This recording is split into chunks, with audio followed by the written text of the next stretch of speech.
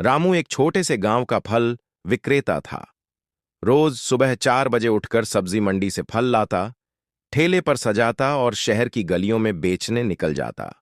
उसकी कमाई इतनी कम थी कि कभी-कभी घर में 2 वक्त की रोटी भी मयस्सर नहीं होती।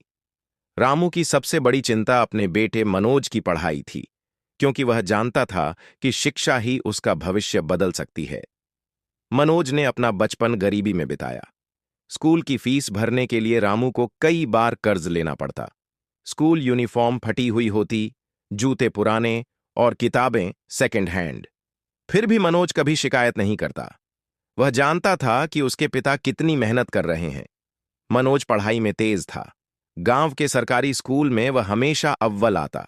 उसके अध्यापक भी उसकी मेहनत और लगन को देखकर हैरान रहते थे। एक दिन उसके शिक्षक ने उससे पूछा, बेटा, बड़ा होकर क्या बनना चाहते हो? मनोज ने आत्मविश्वास से जवाब दिया, सर, मैं कलेक्टर बनना चाहता हूं। कक्षा में सब बच्चे हंसने लगे, लेकिन शिक्षक ने मुस्कुराते हुए कहा, बिल्कुल बन सकते हो, बस मेहनत मत छोड़ना। 10वीं की परीक्षा में मनोज ने जिले में टॉप किया। उसे स्कॉलरशिप मिली और आगे की पढ़ाई शहर के सरकारी इंटर कॉलेज में हुई। वहां रहना, खाना, पढ़ाई का खर्च सब मुश्किल था, लेकिन मनोज ने कभी हार नहीं मानी। वह ट्यूशन पढ़ाता, अखबार बांटता और शाम को स्टॉल में काम करता, ताकि पढ़ाई का खर्च निकाल सके। 12वीं में फिर से उसने टॉप किया और एक एनजीओ की मदद से दिल्ली के एक अच्छे कॉलेज में एडमिशन पाया। लेकिन यहां जिंदगी और भी कठिन हो गई। शहर की तेज रफ्तार, महंगा रहन सहन और प्रतिस्पर्धा, सब कुछ चुनौती भरा था। मनोज दिन में कॉलेज जाता, शाम को लाइब्रेरी में पढ़ता और रात को डिलीवरी बॉय का काम करता। उसके रूम में न पंखा था न फ्रिज। गर्मियों में पसीने से तरबतर वह किताबों में झुका रहता और खुद को याद दिलाता, मैं ठेले वाले का बेटा हूं, लेकिन मेरा सपना लाल बत्ती वाली गाड़ी है। स्नातक के बाद मनोज ने यूपीएससी की तैयारी शुरू की। उसने दिल्ली के मुखर्जी नगर में कम किराए पर एक छोटा कमरा लिया। दिन में 12 से 14 घंटे पढ़ाई करना उसका रूटीन बन गया।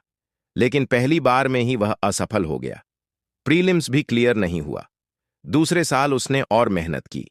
नींद, आराम और मनोरंजन सब त्याग दिए। लेकिन इस बार भी वह इंटरव्यू तक पहुंचकर असफल हो गया।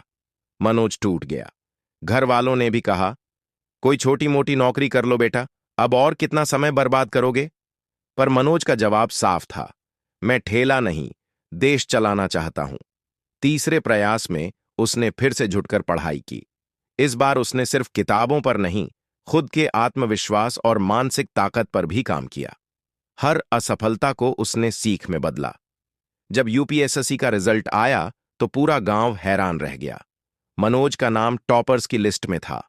उसने 87वीं रैंक हासिल की थी और उसे आईएएस, भारतीय प्रशासनिक सेवा के लिए चुना गया। जब मनोज लाल बत्ती वाली गाड़ी में अपने गांव पहुंचा, तो वही गलियां जहां वह फल लेकर दौड़ता था, अब तालियों और सम्मान से गूंज उठीं। रामू की आंखों में आंसू थे। मैंने फल बेचे, लेकिन बेटे ने मेहनत से फल कमाया। मनोज ने गांव में स्कूल, लाइब्रेरी और स्वास्थ्य केंद्र खुलवाए। उसने अपनी कहानी को बच्चों के साथ साझा किया और कहा, गरीबी कोई अभिशाप नहीं, अगर सपना बड़ा हो और हिम्मत हो तो हर मुश्किल को हराया जा सकता है।